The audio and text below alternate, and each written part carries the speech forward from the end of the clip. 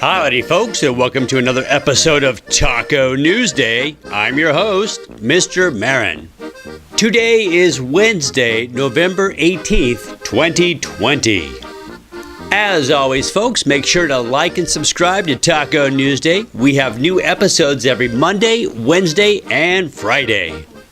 Before we begin, it looks like we got some fan email from Minecraft 2148 always. Now this person asks, Mr. Marin, do you like Minecraft? If so, what is your favorite skin? Well, Minecraft 2148 always. I happen to like Minecraft, and I have very good memories of it when my kids were little. Between you and me, I had no idea what was going on. Nevertheless, I really enjoyed spending time with my kids.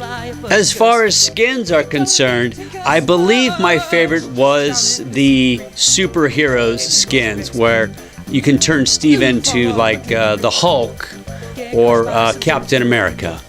Why, thank you very much, Minecraft 2148 always, for your questions. And if anyone else has a question, you can always reach out to me at taconewsday@gmail.com or just leave your questions in the comment section below. Top stories for today, folks. In case you didn't know, pigeon racing is an actual thing. Some people go as far as breeding and training these pigeons. One Belgian man by the name of Gaston van de Wouwer sold one of his prized pigeons for a very, very big price.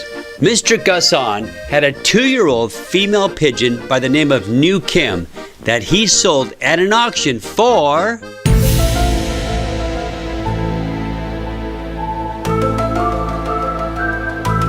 $1.9 million. That's a whole lot of zeros. New Kim has become the most expensive pigeon in the world.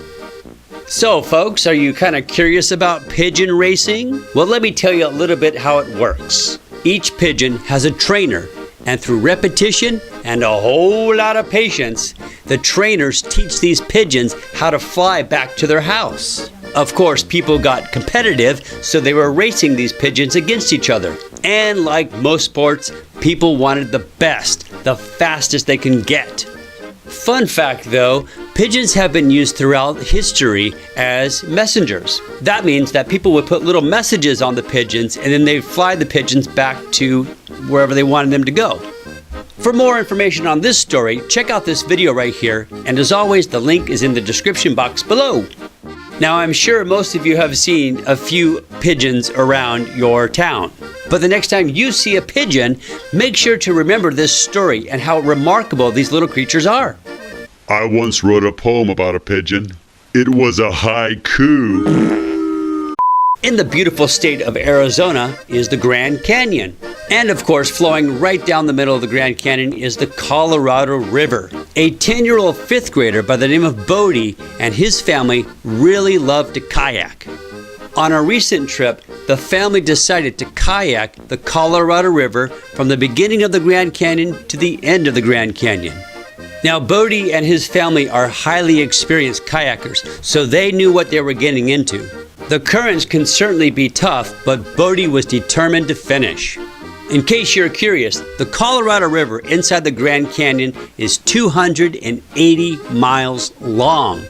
Given that Bodie is only 10 years old, he may have set a world record for the youngest person to kayak through the Grand Canyon. So congratulations, Bodie, on your accomplishment. You certainly have an adventurous spirit. Check out this video right here for the full story, and as always, the link is in the description box below. I wonder what Bodie's next adventure will be. The Vindy Globe 2024 in a kayak? And our last story for the day, folks.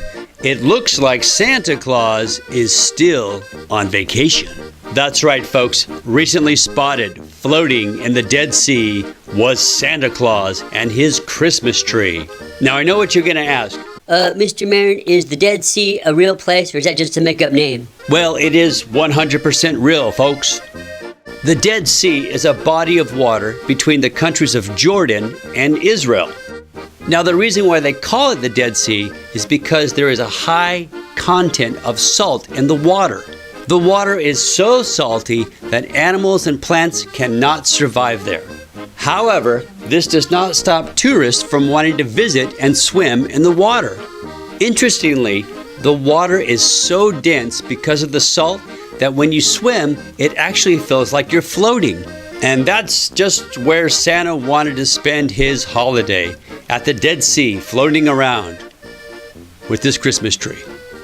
Check out this video right here of Old Saint Nick enjoying his vacation at the Dead Sea. And as always, the link is in the description box below. One thing's for sure, I hope Santa doesn't forget to go back to work. Alrighty folks, it's that time of the show where we have a little bit of Q&A. Question number 1. What is the most expensive thing you've ever bought? Question number 2. Have you ever been to the Grand Canyon? And question number 3. What is your favorite place to go to on vacation? Bonus question. Why is it your favorite place? Hey folks, don't forget to leave your answers in the comment section below, or you can take the Taco Challenge quiz, which is in the description box below. Well, that does it for me today, folks. I hope you all have a wonderful, wonderful Wednesday, and I will see you next time on Taco Newsday.